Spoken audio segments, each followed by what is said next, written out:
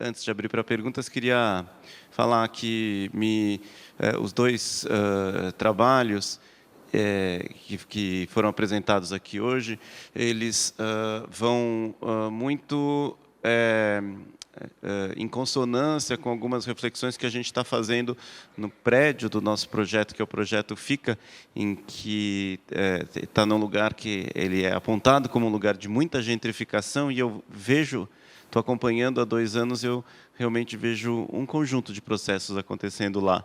Um prédio que pode ser descrito, como a professora Yasna falou, um mosaico, superadensamento, imigrantes novos, encurtiçamento, reinvestimentos, reformas, estudantes morando lá, algo mais complexo do que um simples processo de gentrificação. Então, foi muito fascinante ver como o conceito de gentrificação tem limites mesmo para a sua aplicação, tanto nas favelas cariocas quanto na cidade de Jacarta. Ainda assim, mesmo que pela negativa, a ideia de gentrificação ela continua nos sendo operacional, porque identificar que não existe gentrificação em algum lugar, para isso nós precisamos fazer uma reflexão a respeito do que seria uma gentrificação e como nós estamos tratando processos de gentrificação, o que reforça a ideia de que faz sentido ainda, mesmo com tantas problemáticas, a gente continuar usando este conceito como aquilo que é quase um conceito chiclete. Você come, mastiga, depois você joga fora quando você descobre que é de outra coisa que você está falando.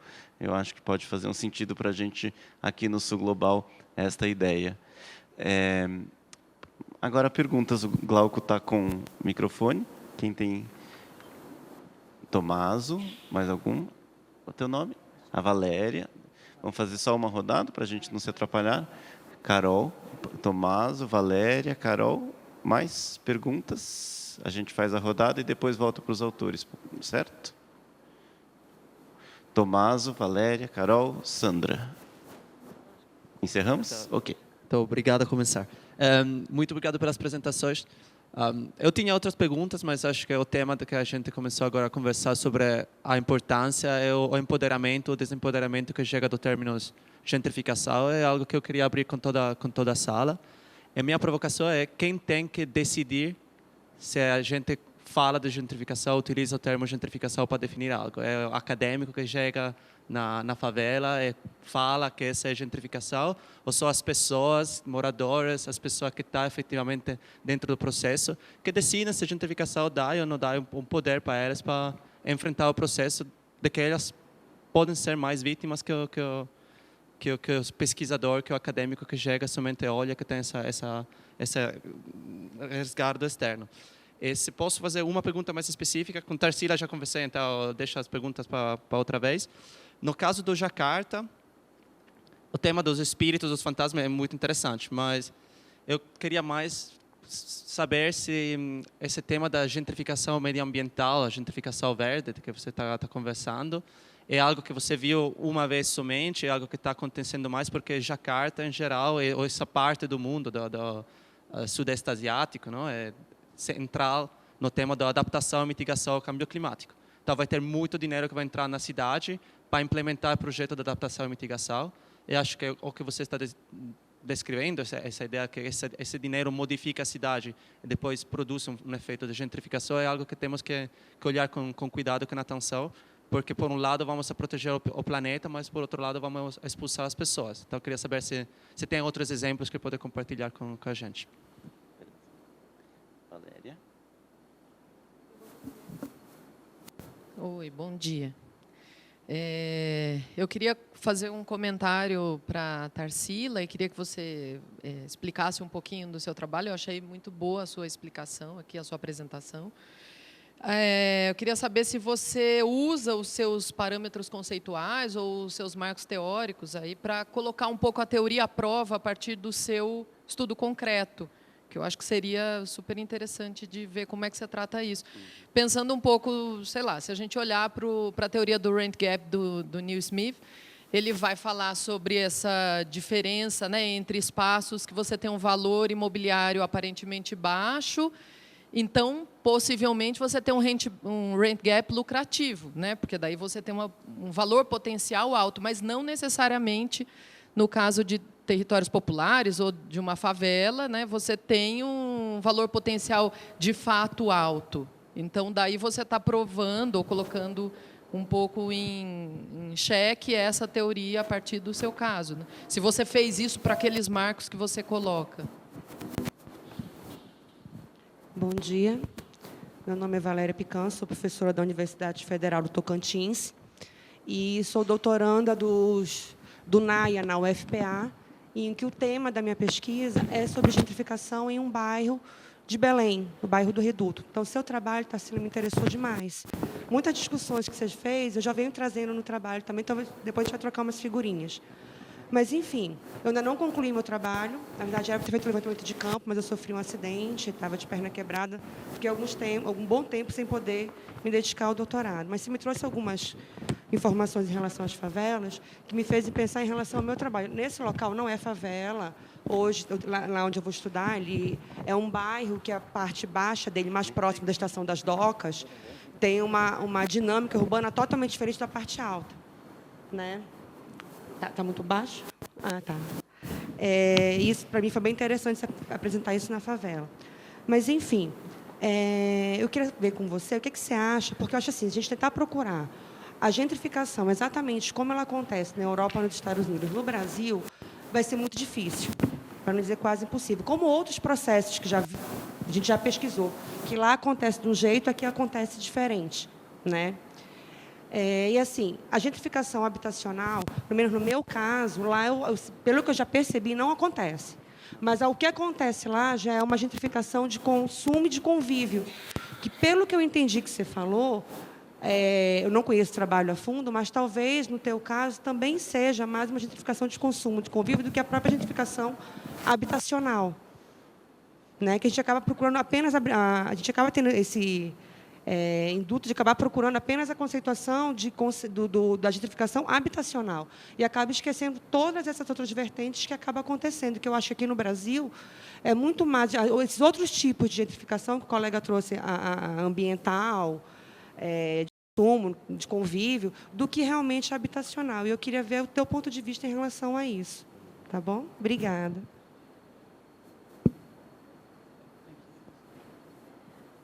Bom dia, eu sou a Bianca aqui. Pois é, eu estou me sentindo super mal porque... Mas, então, enfim. Parabéns para a mesa. Eu cheguei, na verdade, já no meio da sua apresentação, né, sobre Jakarta. E, por razões óbvias, eu tenho muito mais comentários para a Tarsila. Gostei muito da apresentação, vontade de conversar. E eu venho, né, acompanhando muito esse processo, né, do turismo nas favelas, né, e que antecede bastante, na verdade, todo o processo da dita gentrificação, né. Mas eu acho que tem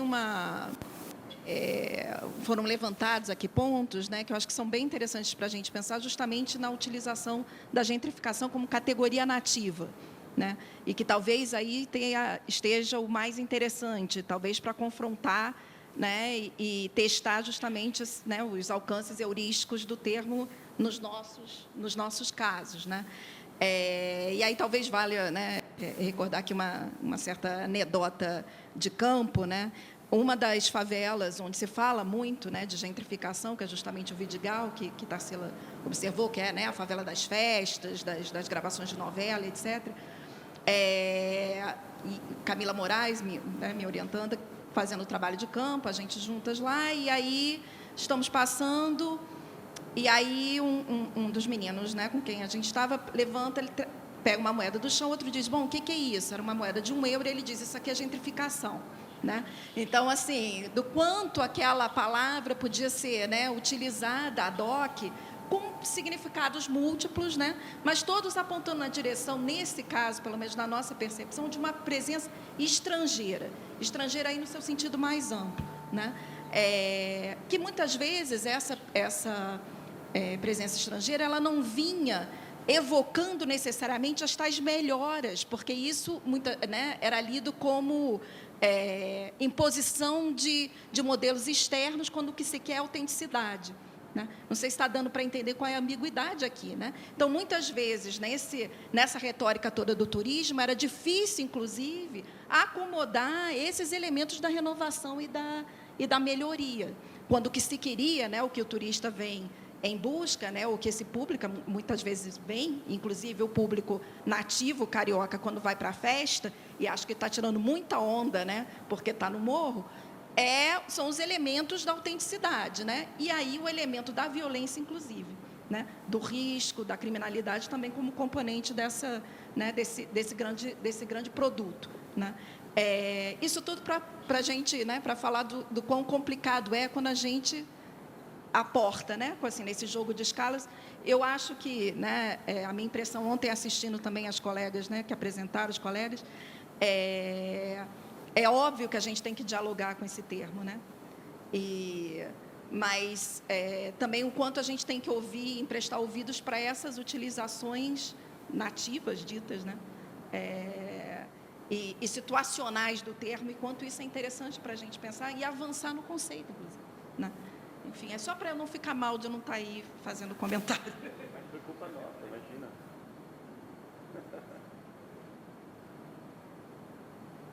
Please, may I speak in English? I wonder what is your real objective. Is your real objective to see if gentrification in the Southern Globe resemble or not the gentrification literature produced elsewhere? Or are you using gentrification as a windows to go somewhere else? Is it the real question here, whether if we can use gentrification as a term to explain what we see, or actually you want to go somewhere else, but you are entering the pain of is it or is it not gentrification, is it similar, it is not similar, but in fact your trajectory move in a completely different way. Sorry, but is it your real, genuine question to say it is or it is not gentrification, or you want to say something else?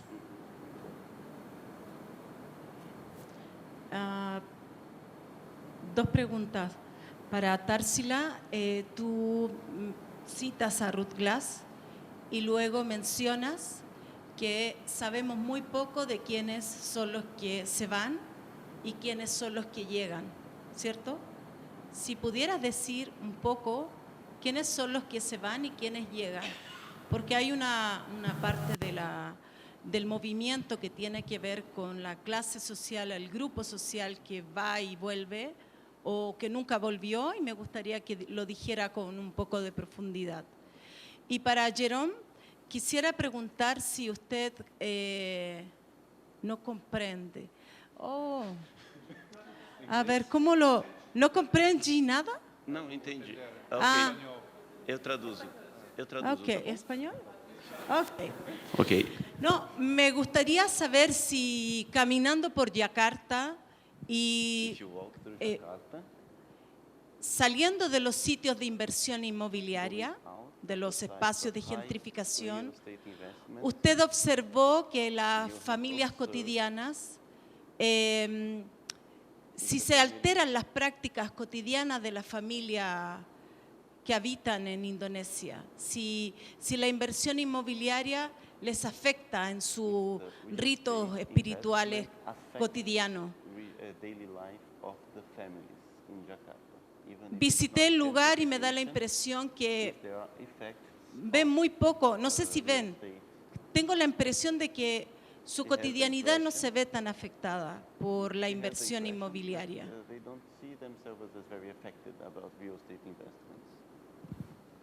Ok.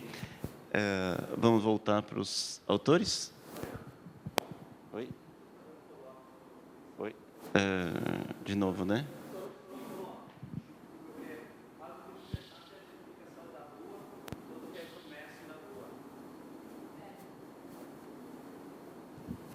Eu não conheço o caso do Jakarta, mas conheço o caso do Bangkok. É algo que aconteceu, a gentrificação da rua, do comércio da rua, do comércio informal. Ele fala português, né? Ele apresentou em português, cara. Então, eu queria saber, junto com essa ideia da alteração e da afetação da vida, do dia a dia das famílias, se você viu um processo paralelo da imobilização e da transformação da rua, da transformação do espaço público, porque quando você fala que os carros desaparecem da praça, qual é que é a função da praça? Talvez a praça antes era uma praça de comércio informal, de comércio de comida, e agora também está transformada. Talvez que a combinação das duas, do investimento imobiliário e da transformação do espaço público é o que pode afetar mais as pessoas. Mas se você deixa as pessoas na rua e somente cambia os prédios, também pode ser que o impacto seja menor. Beleza. Vou ver para vocês. Bom, vamos lá. Obrigada a todos pelas perguntas. Nossa, acho que a gente tem mais umas 2 apresentações aqui para responder tudo. Acho que a gente pode super trocar ideia nos intervalos. Já peço desculpa por quem eu não consegui responder. Mas vamos lá, vamos tentar ser objetivo. Primeiro, quem usa o termo gentrificação, né? O termo gentrificação é utilizado por todo mundo, pelos pesquisadores quando entram nesses espaços e também pelos moradores. Mas a nossa percepção é que não é uma utilização espontânea, não é que essas pessoas, de repente, olharam para os processos internos e começaram a buscar informação e chegaram na gentrificação. Na verdade, no Rio de Janeiro, especialmente nessas favelas, né, que a gente está apontando aí como preferenciais, digamos assim, para esses processos, que eu não acredito que sejam gentrificação, mas são colocados como tais, existe a atuação de diversos grupos de ONGs, enfim, grupos de suporte, inclusive internacionais, né, e que têm um contato muito próximo com os moradores e auxiliam em diversas questões cotidianas, da vida cotidiana dessas favelas. Então, esses grupos introduziram esse termo para esses moradores, né, dessa maneira um pouco imprecisa, simplesmente como um processo de saída dessas pessoas, ou, como a Bianca colocou, um processo de estrangeirização, né? E, na verdade, já passando um pouco pelo comentário da Bianca, no Vidigal, por exemplo, a presença de estrangeiros é muito mais antiga do que esse processo de militarização e esse pico, digamos assim, que a gente teve de pensar esses fenômenos nesse território, né? A gente tem relatos de estrangeiros que moram no Vidigal desde a década de 70, né? Exatamente em busca da autenticidade, em busca do exotismo. O que parece ter acontecido foi um pico desse fenômeno nesse momento em que, teoricamente, a questão da segurança desses frequentadores estava garantida, né? O que não é propriamente verdade. Só para fazer um adendo, as unidades de polícia pacificadora em nenhum momento acabaram com o tráfico no Rio de Janeiro, em nenhuma favela. O que havia era uma certa relação de ocultação das atividades ilícitas, e, enfim, havia, inclusive, combinações: qual era a rua da polícia, qual era a rua da facção X e qual era a rua da facção Y. Então, o que a gente teve foram rearranjos de poder ali internos, né, a partir da militarização, e não propriamente uma segurança fornecida pelo Estado, né? Sobre a questão do rent gap nas favelas, a gente tem um ponto muito importante para tratar aí, especialmente no caso do Rio de Janeiro, que é a irregularidade fundiária dessas áreas, né? A gente tem um mercado... Bom, usar esse termo é até tecnicamente incorreto, mas vamos lá. A gente tem um mercado informal de terras e de imóveis. A gente estava até conversando, eu e Renato, ontem, sobre o poder das associações de moradores de fazer registros de compra e venda e de transações imobiliárias. A gente tem esse tipo de formato institucionalizado nas favelas, especialmente nessas mais valorizadas, que o aluguel é mais caro, enfim, os imóveis são mais caros. Mas a gente tem um cenário de regularidade fundiária que torna essas áreas desinteressantes para o mercado formal, pelo menos num primeiro momento, né? Claro que a gente sabe que esse mercado formal imobiliário tem acesso direto ao poder público e pode também ali mexer seus pauzinhos, né, para fazer acontecer um processo de regularização. Mas é difícil a gente pensar em termos de rent gap nessas áreas exatamente por essa questão fundiária. Então, na minha percepção, esse senso comum criado em torno da gentrificação está muito mais associado com a presença desses possíveis gentrificadores, exatamente pela questão do exotismo, dos estrangeiros subindo, não só dos estrangeiros, mas dos moradores da cidade formal, do que por mecanismos de rent gap, né, nesse primeiro momento. Bom, a questão da gentrificação de consumo e de convívio, né? Eu acho que, independentemente da forma como a gente enxerga a gentrificação, ela precisa ser um processo com uma certa perenidade, né? O caso das favelas cariocas, isso eu já posso falar, porque a gente já pode verificar isso, comprovadamente não é assim. Por quê? A gente tem o processo das UPPs a partir de 2008, as UPPs já estão sendo desmobilizadas em várias favelas, né, ao longo aí desde 2016, desde o fim das Olimpíadas. A gente tem um processo de intervenção federal, mas hoje em dia ninguém mais sobe a favela, ou pouca gente sobe a favela para essas festas, para essa alteração de convívio. Você ainda tem estrangeiros em busca dessa autenticidade, desse exotismo, mas esses estrangeiros são os que já estavam lá em termos quantitativos, digamos assim, na década de 70, na década de 80. Mas o que a gente tem é um pico desse processo, e esse processo declina com a saída dessa segurança estatal, digamos assim, né? O Rio de Janeiro, desde 2016, vive um cenário de conflitos diários e num número absurdo pela cidade. Esses conflitos são ainda mais potencializados nas favelas. Então, você tem um declínio dessa alteração de convívio. Então, é um processo localizado no espaço e é um processo localizado no tempo. Então, na minha percepção, não tem a perenidade suficiente para a gente falar de uma gentrificação, ainda que nesses termos, né? Mas é uma percepção minha como pesquisadora, enfim, está aberta aí para novas perspectivas. Bom, em relação à pergunta da Sandra, gentrificação ou não, ou se eu quero ver outra coisa, né? Num primeiro momento, a pesquisa foi informada pelo simples fato de tentar desafiar o senso comum. Todo mundo dizia que estava ocorrendo um processo de gentrificação. E a minha perspectiva, com contato com alguns moradores, devido ao minhas inserções de militância, mais do que propriamente acadêmicas, minha percepção é que não era bem isso que estava acontecendo. Então, eu fui estudar a teoria, fui fazer o desafio da prática para tentar entender se era isso que estava acontecendo. Mas é claro que, quando você chega no espaço, você percebe que, como eu falei no final, há processos em curso, há transformações. Essas transformações perderam um pouco de vigor a partir de 2016, exatamente por esse movimento de crescimento da insegurança, de saída dessa estrutura do Estado que reorganizou esse poder nesses territórios durante aí um período de 8 anos, né? Mas você tem, de fato, um processo acontecendo. E aí a minha proposta é exatamente de uma agenda de pesquisa para que outros pesquisadores se engajem no tema de tentar entender o que são esses processos, né? Eu tenho alguns palpites, mas nada empiricamente demonstrado, enfim, nada com rigor acadêmico, mas tem alguns palpites que a gente pode compartilhar aí. Em relação a quem sai e quem volta na gentrificação, né? Eu não sei se você está se referindo às favelas ou ao caso da Ruth Glass, né? Na Ruth Glass, lá em Londres, ela narra um caso de um determinado distrito, que era um local onde tinham casas de campo, ou algo desse tipo, da gentry, né, de uma certa aristocracia inglesa, e, de repente, essas pessoas saem, se desinteressam por aquelas áreas, a área passa a ser ocupada por proletariado, por trabalhadores que... sim. Nas favelas, exatamente, não tem quem sai e quem entra. A gente tem um movimento de pico dos estrangeiros, de repente, a gente tem a entrada dessas pessoas pela questão da segurança, mas a percepção dos moradores é que ninguém sai. As pessoas se deslocam dentro da favela. Então, quem morava no bairro Barcelos vai morar no X13, enfim, mas dentro da favela, não tem uma percepção. Uma fala muito emblemática dos moradores para mim, né, as pessoas com quem eu tive a oportunidade de conversar, era: só sai da favela quem quer. Ninguém é expulso daqui. As pessoas podem sair da rua X para a rua Y, mas só sai da favela quem quer. Porque a gente também tem que considerar, e aí eu vou encerrar minha fala por aqui, que eu acho que já estou passando muito do tempo, que as favelas, especialmente as do Rio de Janeiro, elas têm arranjos de sociabilidade muito próximos, né? muito peculiares, né? Então, o que acontece? Muitas vezes, as relações de locação são entre pessoas que se conhecem há muitos anos.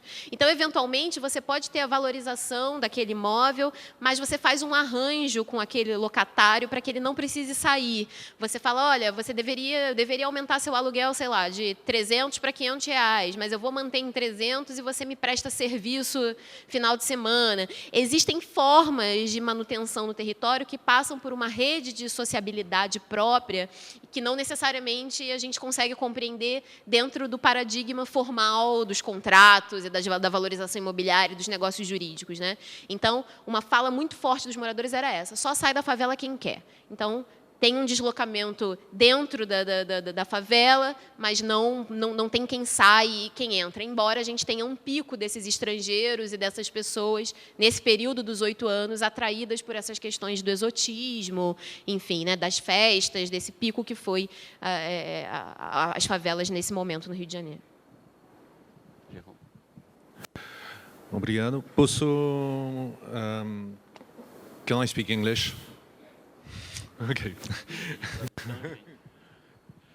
So I start in the order of the questions. So about the environmental gentrification. So of course in Jakarta there are lots of examples like this.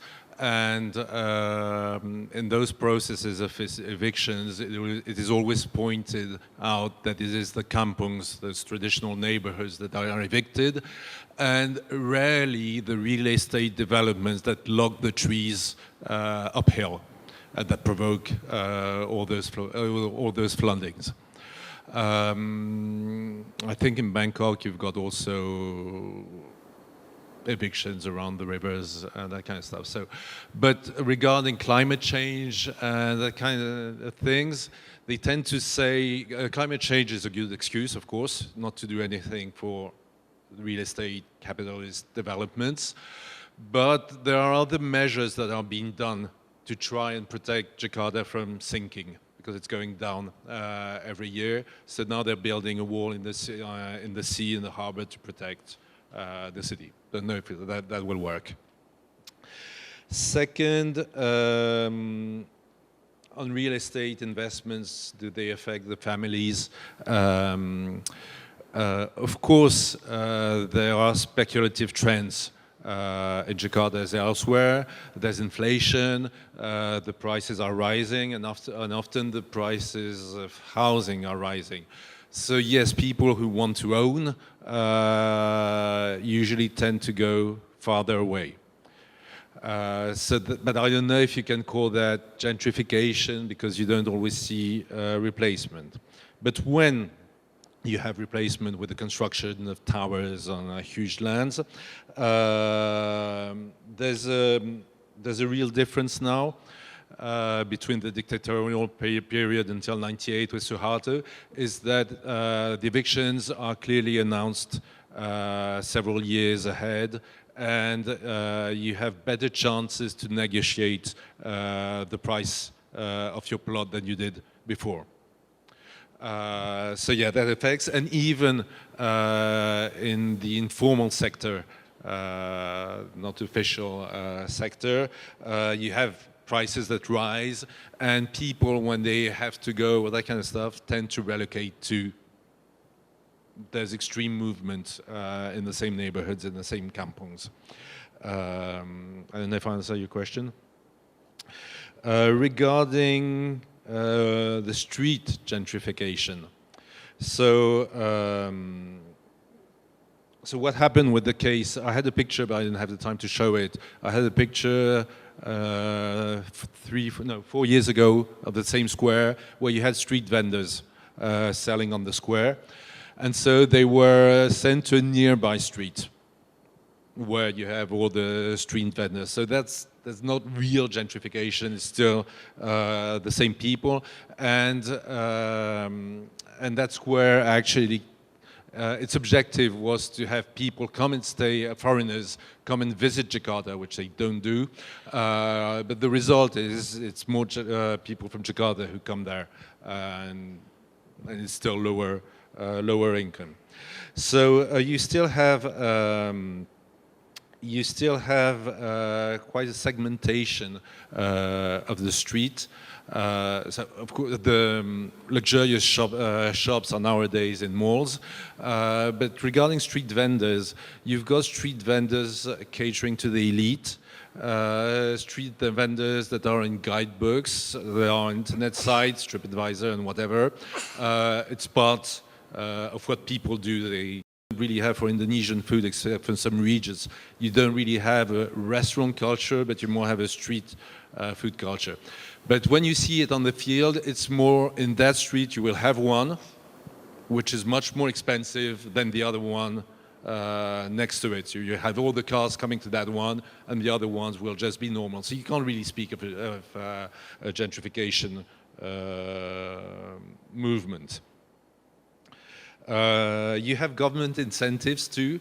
They try to do what they did for that square elsewhere, but it didn't really work or catch. You've got traditional, you've got an ethnic group called the Betawi, which is considered to be the local group. So they did a Betawi kampung open for tourism, but it doesn't have much success.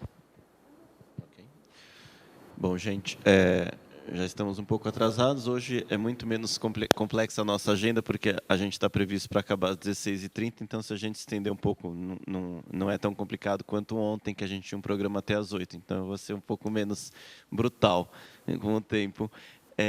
Eu queria responder a questão que a Sandra coloca. I think your question was very interesting, que a Sandra coloca. Se a gente está querendo chegar em outro lugar ou se a gente está querendo problematizar a ideia de gentrificação.